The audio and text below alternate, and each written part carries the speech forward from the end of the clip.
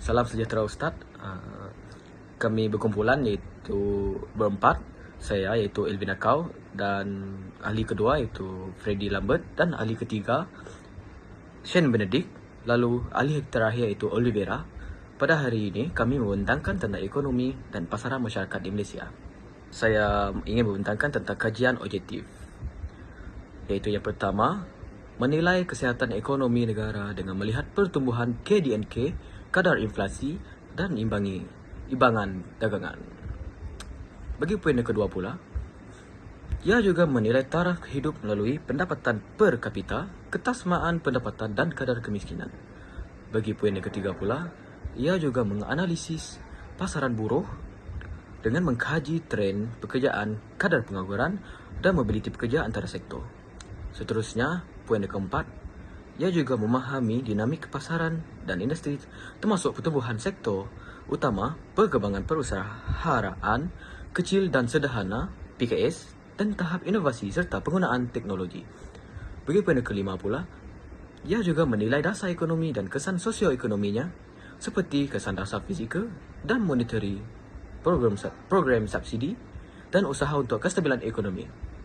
Bagi poin yang keenam pula, ia juga mengkaji kesan globalisasi dan perdagangan antarabangsa melalui perjanjian perdagangan, pelaburan asing dan hubungan ekonomi. Bagi poin yang ketujuh pula, ia juga menilai strategi pembangunan lestari dan inisiatif ekonomi hijau termasuk penggunaan tenaga boleh diperbaharui. Bagi poin yang terakhir, ia juga mengkaji peranan teknologi dan digitalisasi dalam ekonomi termasuk pengembangan ekonomi digital dan infrastruktur teknologi. Bagi pengenalan pula, saya ingin menjelaskan bahawa persaingan antara kaum, iaitu kaum Melayu, cenderung kepada menguasai politik. Bagi kaum India pula, ia juga fokus pada pertanian dan peternakan.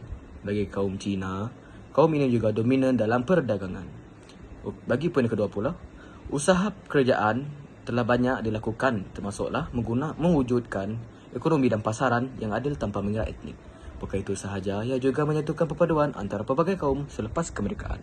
Akhir sekali, ia juga telah membuka pelbagai sektor ekonomi untuk semua rakyat.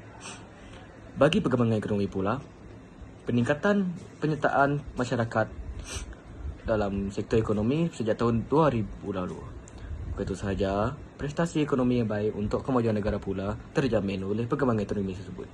Akhir sekali, penurunan kadar kemiskinan secara drastik juga dapat dikurangkan akibat perkembangan ekonomi tersebut. Seterusnya, kami beralih pada pembentang seterusnya. Seterusnya adalah kajian literatur. Jadi saya akan memulakan dengan latar belakang terlebih dahulu, iaitu dasar ekonomi Malaysia memberikan keistimewaan kepada teknik tertentu. Iaitu pertama sekali bagi kaum Melayu, mereka diberikan keistimewaan dalam bidang politik dan juga pertanian. Seterusnya, bagi kaum Cina, mereka diberikan keistimewaan dalam bidang perdagangan. Dan seterusnya bagi kaum India, diberikan keistimewaan dalam bidang peternakan. Oleh itu, jurang ekonomi antara kaum yang berbeza adalah ketara dan hal ini menyebabkan terjadinya pelaksanaan dasar ekonomi, iaitu pada tahun 1970-an. Seterus itu, kota kemasukan ke institusi pengajian tinggi awam.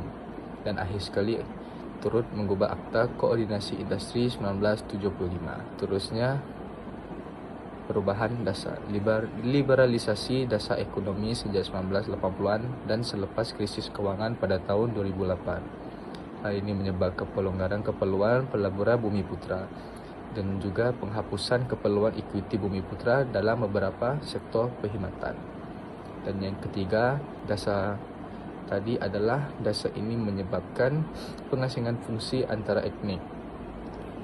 Melayu sebagai pemilik untuk mendapatkan faedah, Cina mengurus modal dan juga perniagaan, dan akhir sekali kerjasama ekonomi berasaskan keperluan mendapatkan peluang dan bukan kerjasama harmoni. Seterusnya adalah metodologi kajian menggunakan data empirik dan juga banci Jabatan Statistik Malaysia atau lebih dikenali sebagai DOSM. Mereka juga turut menganalisis peluang penyertaan dalam sektor ekonomi berdasarkan etnik dan juga menggunakan regresi logistik untuk menganggarkan peluang bekerja dalam sektor tertentu. Seterusnya, pendapatan utama pekerjaan Kuala Putih. Pendidikan memainkan peranan yang penting.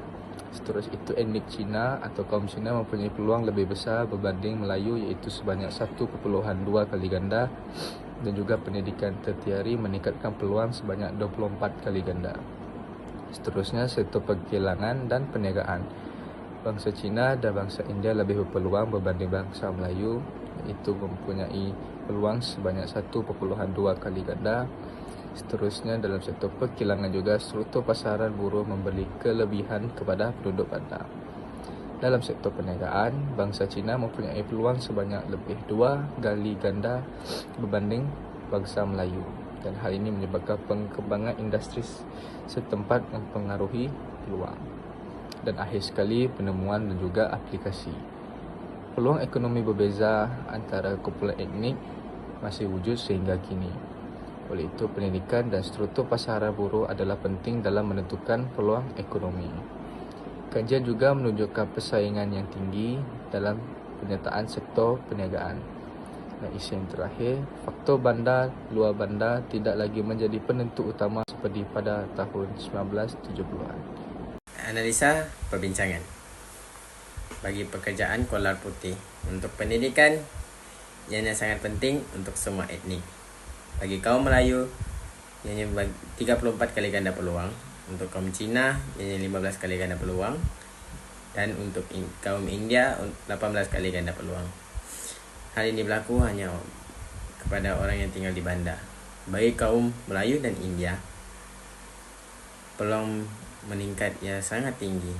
Bagi kaum Cina pula, ianya tidak signifikan. Struktur pasaran buruh, pembinaan dan pengangkutan. Hal ini meningkatkan peluang untuk semua etnik. Bagi penginapan dan makanan, mengurangkan peluang mereka. Untuk sektor penghilangan pula, untuk pendidikan, bagi kaum Melayu, pendidikan menengah meningkatkan peluang mereka. Untuk kaum Cina, pendidikan tertiary mengurangkan peluang mereka. Dan untuk kaum India, pendidikan rendah, sektor perkilangan menjadi pilihan utama. Hal ini berlaku juga untuk mereka yang tinggal di bandar. Bagi kaum Cina, ianya lebih cenderung bekerja di sektor pengilangan. Bagi kaum Melayu dan India pula, ianya juga tidak signifikan. Perkembangan pengilangan ini memberi kesan positif kepada semua etnik, terutama kaum India di bandar. Untuk sektor perniagaan pula, bagi kelahiran di luar negara, ianya meningkatkan kebarangkalian untuk menyertai perniagaan. Bagi faktor etnik, kaum Melayu peluang lebih tinggi untuk golongan muda dari pantai timur dan utara. Kaum Cina, pendidikan menengah meningkatkan peluang, terutama di bandar besar. Untuk kaum India pula, peluang meningkat dengan perkembangan sektor penginapan dan makanan di bandar. Sekian, terima kasih. Kesimpulan umum, penurunan perbezaan etnik, dasar ekonomi berasaskan etnik mengurangkan perbezaan tetapi belum menghapuskannya sepenuhnya. Yang kedua, sektor perkilangan. Etnik Cina dan India mempunyai peluang lebih tinggi berbanding Melayu. Yang ketiga, sektor perniagaan. Perkembangan di bandar dan pekan kecil meningkatkan peluang Cina menjadi majikan. Kesan yang sama dirasai oleh India di bandar tetapi tidak untuk Melayu. Yang keempat, dasar berasaskan etnik. Masih diperlukan untuk meningkatkan penglibatan Melayu dalam sektor perniagaan. Sekian, terima kasih.